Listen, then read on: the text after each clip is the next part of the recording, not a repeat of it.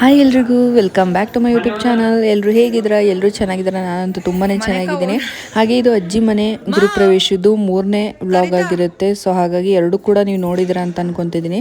So ಇದು 3ನೇದು ಸ್ವಲ್ಪ ಲೇಟಾಗಿ ಅಪ್ಲೋಡ್ ಮಾಡ್ತಾ ಇದ್ದೀನಿ.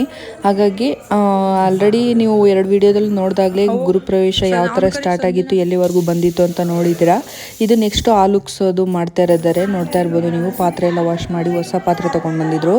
ಪಾತ್ರೆ ಎಲ್ಲ ವಾಶ್ ಮಾಡಿ ಅದಕ್ಕೆ ಅರಿಶಿನ ಕುಂಕುಮ ಎಲ್ಲ ಹಚ್ಚಿ ಇವಾಗ ಒಲೆ ಹಚ್ಚೋದಕ್ಕೆ ಅಂತ ಹೇಳ್ಬಿಟ್ಟು ಒಲೆಗೆಲ್ಲ ಪೂಜೆ ಮಾಡ್ತಾ ಇದ್ದಾರೆ. ಹಾಗೆ ರಂಗೋಲಿ ಎಲ್ಲ ಬಿಟ್ಬಿಟ್ಟು ಅಮ್ಮ ಒಲೆಗೆ ಎಲ್ಲ ಪೂಜೆ ಮಾಡೋಕ್ಕೆ ಅಂತ ಹೇಳ್ಬಿಟ್ಟು ರೆಡಿ ಮಾಡ್ಕೊತಾ ಇದ್ರು. ಹಾಗೆ ಐನೋರು ಕೂಡ ಯಾವ್ಯಾವ ಥರ ಮಾಡಬೇಕು ಅಂತ ಹೇಳ್ಬಿಟ್ಟು ಅಮ್ಮಂಗೆ ಎಲ್ಲ ಹೇಳ್ಕೊಡ್ತಾ ಇದ್ರು. ಹಾಗೆ ಕೆಳಗಡೆ ಹೊಸ ಕಲ್ಲು ಅಂದರೆ ಒಳ್ಕಲ್ಲು ಇರುತ್ತಲ್ಲ, ಸೊ ಅದನ್ನು ಕೂಡ ಹೊಸ ತಗೊಂಡು ಬಂದಿದ್ರು. ಅದಕ್ಕೂ ಕೂಡ ಪೂಜೆ ಮಾಡಬೇಕಾಗಿತ್ತು. ಹಾಗಾಗಿ ಅಮ್ಮ ಅದಕ್ಕೂ ಅಷ್ಟೇ ಅರಿಶಿನ ಕುಂಕುಮ ಇಟ್ಟು ಎಲ್ಲದಕ್ಕೂ ಪೂಜೆ ಮಾಡೋಕ್ಕೆ ಅಂತ ಹೇಳ್ಬಿಟ್ಟು ರೆಡಿ ಮಾಡ್ತಾಯಿದ್ರು. ಹಾಗೆ ನಮ್ಮ ದೊಡ್ಡಮ್ಮ ಬಂದು ಸೌದೆನ ತಗೊಂಡು ಬಂದರು. ಎಲ್ಲನೂ ಚಿಕ್ಕದಾಗಿ ಕಡ್ಡಿನ ಇದು ಮಾಡ್ಕೊಂಡು ಬಂದರು. ಹಾಗೆ ನಮ್ಮ ಮಾವನು ಕೂಡ ತುಂಬಾ ಹೆಲ್ಪ್ ಮಾಡಿದ್ರು. ಗ್ರೂಪ್ಸ್ತಲ್ಲಂತೂ ಫುಲ್ ಓಡಾಟ ಅವ್ರದ್ದೇ ಆಗಿತ್ತು.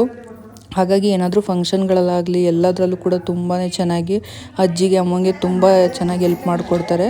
ಅವರು ನಮಗೆ ಮಾವ ಆಗಬೇಕು. ಸೊ ಇಲ್ಲಿ ನೋಡ್ತಾ ಇರ್ಬೋದು ಅವ್ರು ಬಂದು ಹೋದರು. ಹಾಗಾಗಿ ಇನ್ನೇನೋ ಆಲುಕ್ಸೋದು ಕೂಡ ಸ್ಟಾರ್ಟ್ ಆಗುತ್ತೆ. ಅದಕ್ಕೋಸ್ಕರ ಎಲ್ಲನೂ ರೆಡಿ ಮಾಡ್ತಾ ಇದ್ದಾರೆ.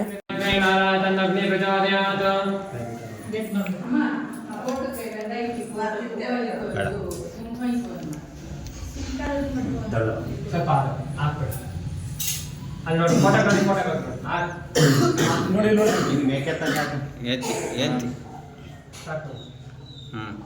ಸರಿ. ಇವಾಗ ಒಲೆಗೆ ಉರಿ ಹಾಕಿ ಆಧಾರ ಮುಖಾಂತರ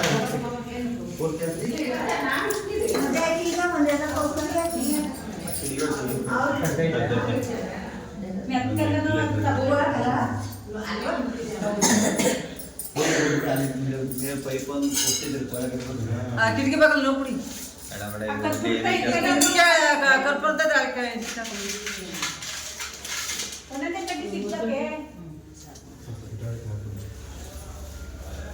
ಇನ್ನ ಬಾಳೆಹಣ್ಣು ಇಲ್ವಾ? ಅಷ್ಟು ಯಾಕಂದ್ರೆ ಸುತ್ತ ಬಲಿ ಹಾಕೋದಕ್ಕೆ ನಾಲ್ಕು ಸಾವಿರ ಹೇಳ್ತೀನಿ. ಅಲ್ಲೇ ಇರಲಿ, ಮುಖವರಿಗೆ ಇರಲಿ. ಆಮೇಲೆ ಅಡುಗೆ ಮಾಡೋದ್ರೆ ತಗೊಂಡೋಗಿ ಕಾಯಿ ಏನಾದ್ರು ಸುಮ್ಮನೆ ವೇಸ್ಟ್ ಮಾಡ್ತಾರೆ. ಅಲ್ಲಿ ಬಾಗಲ್ ನೋಡ್ಬೋದ ಅದಕ್ಕೆ ಫಸ್ಟ್ ಕೊಟ್ಬಿಟ್ರೆ ಪಟ್ಟಿ ಪುಡಿ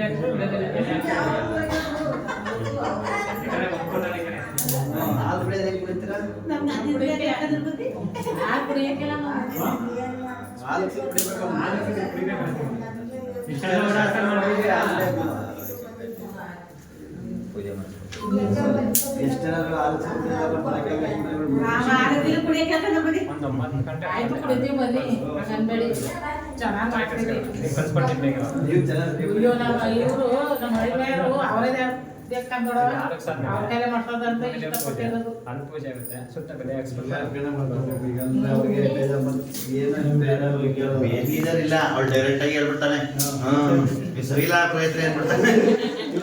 ಇವರಲ್ಲ ನಮ್ಮತ್ತೆ ಓದಕ್ಕೆ ಕೇಳ್ಕತ್ತೆ. ಯಾವ ಥರ ಸಂಪ್ರದಾಯ ನೀವು ಅಡ್ಜಸ್ಟ್ ಆಯ್ತೀನಿ ಅಂತಾನೆ ನಿಮ್ನ ಕರ್ಸಿದ್ರು. ಯಾಕಂದ್ರೆ ನಮ್ದು ಇವತ್ತು ಎಷ್ಟೇಂಟಲ್ಲಿ 11 ಗಂಟೆ ಮನೆ ದೇವ್ರ ತೋರಿಸ್ತೀನಿ. ಮನೆ ಚಿಕನ್ ಕರ್ಸಿದ್ರಾ? ಇವ್ರ ಮೇಲೆ ಮಾಡಿದ್ವಿ. ನಮ್ಮ ಮನೆ ಮಾಡಿದ್ವಿ. ನೀವ್ ಹೇಳ್ತೀರಾ ಸ್ಟೀಲ್ ಲೋಟದಲ್ಲಿ ಕೊಡ್ಬೇಕು. ನಾವು ಬೆಳ್ಳಿ ಲೋಟ ಕೊಡಿಸ್ತಾ ಇದೀವಿ. ಅದುವೇ ಸ್ಟೀಲ್ ಲೋಟ ಬೇಡ ಅಂತ. ಹಂಗೆ ಒಂದು ಆಡೇಳಿ ಬೇಗ ಹೋಗ್ತದಂತೆ ನೀವು. ಒಳ್ಳೆ ಬಾಯಲ್ಲರೂ ಉಬ್ಬರ ಕಟ್ಟಿದ್ರೆ ಆಡೇಳಕ್ಕೆ ನೀವು ಆಗ್ಬೇಕಲ್ಲ.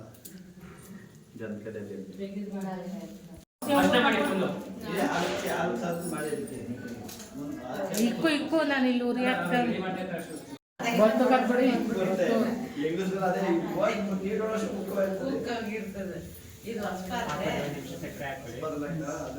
ಸಕ್ಕರೆ ಹಾಕಿ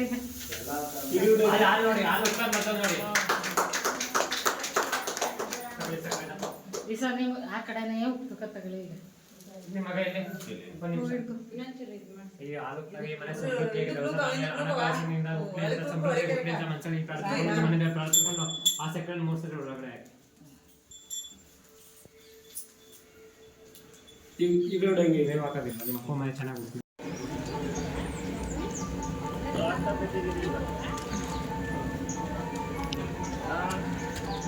ಸಕ್ಕತ್ತಾಯ್ತು ಕ್ಲಾರಿಟಿ ಅಲ್ವಾ?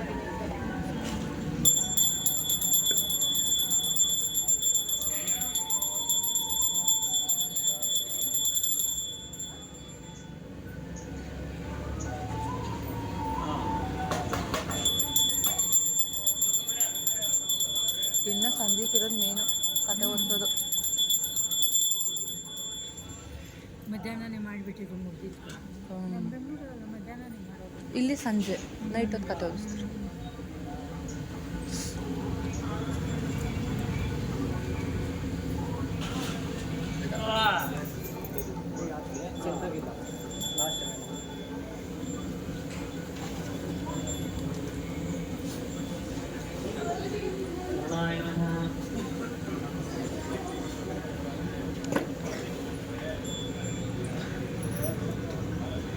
ಏನಂತ ಹೇಳ್ತೀಯ ಇದಕ್ಕೆ? ಇದಕ್ಕೆಲ್ಲ ಇದು ಮ್ಯೂಸಿಕ್ ಹಾಕ್ಬಿಡ್ತೀನಿ. ದೇವ್ರದ್ದು ಒಂದು ರಿಂಗ್ ಟೋನ್ ಇದೆ. Tone tone tone tone tone ಅಂತ ಎಲ್ಲ ಏಜ್ ಆಗಿರೋ ಫ್ರೆಂಡು.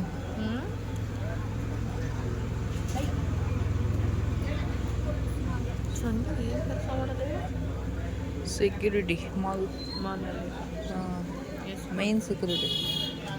20 1 2 3 21 2 3 ಸಮಥಿಂಗ್. ಓದ್ಬಿಟ್ಟೋದ್ರು ಅಷ್ಟು ಕೊಡಲ್ಲ ಸಂಬಳ.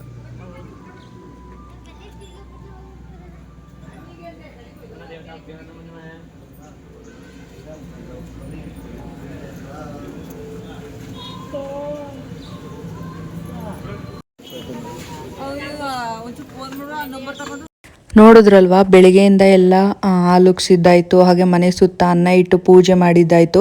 ಹಾಗೆ 12:30ಗೆ ನಾವು ಊಟಕ್ಕೆ ಇಕ್ಕೊಂಡಿದ್ವಿ. ಸೊ ಅದನ್ನು ಕೂಡ ಬಂದವ್ರಿಗೆಲ್ಲರಿಗೂ ಊಟ ಮಾಡಿಸಿ ಅವರೆಲ್ಲರನ್ನೂ ಕಳಿಸ್ಕೊಟ್ಟಿದ್ದಾಯಿತು. ಇದು ನೈಟು, ಶುಕ್ರವಾರದ ನೈಟೇನೆ ನಾವು ಕತೆ ಓದ್ಸೋಕ್ಕೆ ಅಂತ ಹೇಳ್ಬಿಟ್ಟು ಇಟ್ಕೊಂಡಿದ್ವಿ. ಈಗ ಆ ಕಾರ್ಯಕ್ರಮನೂ ಕೂಡ ಶುರು ಆಗೈತೆ, ಶನಿದೇವ್ರ ಕತೆ.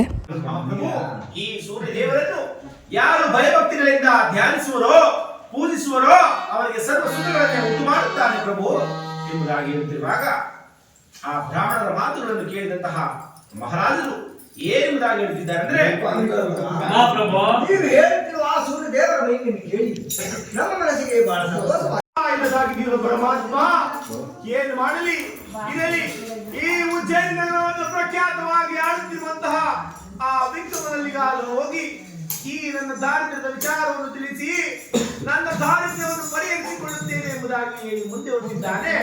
ಈತನ ವಿಚಾರವನ್ನು ಅರಮನೆಯ ದ್ವಾರಪಾಲಕರು ಒಂದು ಮಹಾರಾಜರಿಗೆ ವಿಚಾರವನ್ನು ತಿಳಿಸಿದ್ದಾರೆ.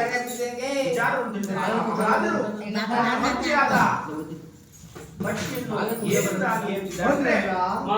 ನಮ್ಮ ಅರಮನೆಯ ಮುಂದೆ ಯಾರು ರೋಗಿಸುವಂತೆ ಬಸವಾಗುತ್ತಿರು. ಹೌದು ಪ್ರಭು. ಅವರು ಯಾರಾದರೂ ಆಗಿರಲಿ ನಮ್ಮ ಆಸ್ಥಾನಕ್ಕೆ ಕರೆದುಕೊಂಡು ಬಾ.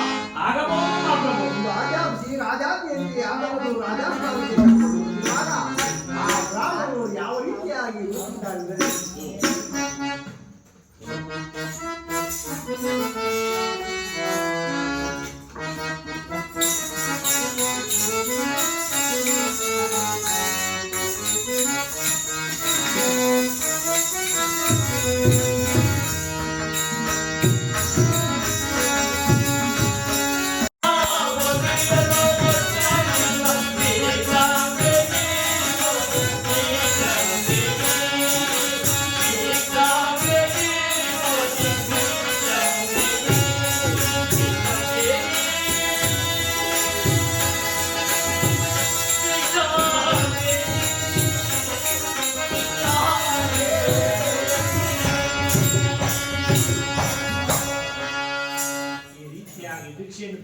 ಬರುತ್ತಿರುವಾಗ ನಗರವನ್ನು ಸಂಚಾರ ಮಾಡುತ್ತಾ ಅದೇ ಮಾರ್ಗವಾಗಿ ಬರುತ್ತಿರುವಂತಹ ಮಹಾಮಂತ್ರಿಯು ಭಿಕ್ಷೆಯನ್ನು ಬೇಡುತ್ತಿರುವಂತಹ ಬ್ರಾಹ್ಮಣನನ್ನು ಕಂಡು ಆತನ ಬಳಿಗೆ ಬಂದು ಏನೆಂಬುದಾಗಿ ಕೇಳುತ್ತಿದ್ದಾರೆಂದರೆ, ಪ್ರಭು ನೀವು ಎಲ್ಲವೇ ಆದರೂ ನಮ್ಮ ರಾಜಸ್ಥಾನಕ್ಕೆ ಬಂದಿದ್ದವರು. ಹೌದು ಪ್ರಭು, ನಾನೇ ಬಂದಿದ್ದವನು. ನಮ್ಮ ಮಹಾರಾಜರು ಕೊಟ್ಟಿದ್ದ ಕೂಷ್ಮಾಂಡವನ್ನು ಏನು ಮಾಡಿದ್ದೀರಿ ಎಂಬುದಾಗಿ ಕೇಳುತ್ತಿರುವಾಗ, ಪ್ರಭು ಮಹಾರಾಜರು ಕೊಟ್ಟಂತಹ ಕೂಷ್ಮಾಂಡ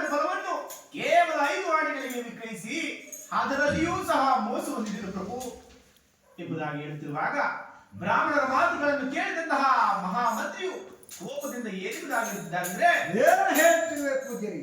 ರಾಜಸ್ಥಾನದಲ್ಲಿ ಕಟ್ಟ ಪುಷ್ಪಾಣ ಕುಲವನ್ನು ಕೇವಲ 5 ಹಾಡಿಗಳಿಗೆ ವಿಗ್ರಹಿಸಿ ಅದರಲ್ಲಿಯೂ ಸಹ ಮೋಸ ಹೊಂದಿದ್ದೀರಾ. ಹೌದು ಪ್ರಭು. ಹೇಳಿರಿ, ನಮ್ಮ ಮಹಾರಾಜರಿಗೆ ತಿಳಿಸೋಣ ಎಂಬುದಾಗಿ ಹೇಳಿ. ರಾಜಾಧಿರಾಜ ರಾಜ ಸಾರ್ವಭೌಮ ವಿಕ್ರಮ ಭೂಪಾಲನಿಗೆ ಏನಾದರೂ ಬಂದು ತೆಗೆದಿದ್ದರೆ ಇಡೀ ಉಜ್ಜಯಿನಿ ನಗರವೇ ಅನಾಥವಾಗುವುದು ಪ್ರಭು, ಬೇಡಿ ಮಹಾಪ್ರಭು ಬೇಡಿ ಎಂಬುದಾಗಿ ಎಷ್ಟು ವಿಧವಾಗಿ ಹೇಳಿದರು. ಮಹಾರಾಜರ ಆಜ್ಞೆ ಆಗಿದೆ, ಆಜ್ಞೆಯನ್ನು ಮೀರುವಂತಿಲ್ಲ. ಹೀಗಿರುವಾಗ ಬ್ರಾಹ್ಮಣನು ಇಲ್ಲಿ ಗ್ರಹಚಾರವೇ, ಕಡು ಬಡವನಾದ ನನ್ನನ್ನು ಹಿಡಿದು ಬಿಡಿದು ಕಾಡಿಸಿದರೆ ನಿನಗೆ ಏನು ಸಿಕ್ಕುವುದು? ರಾಜಾಧಿರಾಜ ರಾಜ ಸಾರ್ವಭೌಮ ವಿಕ್ರಮ ಭೂಪಾಲನನ್ನು ಸೇರಿ ಸುಖದಿಂದ ಬಾಳು, ನಿನ್ನ ಕೀರ್ತಿಯನ್ನು ಇನ್ನೂ ಅಜರಾಮರಗೊಳಿಸು ಎಂಬುದಾಗಿ ಹೇಳುತ್ತಾ ತನ್ನ ದಾರಿದ್ರ್ಯವನ್ನು ಯಾವ ರೀತಿಯಾಗಿ ದಾರಿ ಎಳೆದುಕೊಳ್ಳುತ್ತಿದ್ದಾರೆಂದ್ರೆ,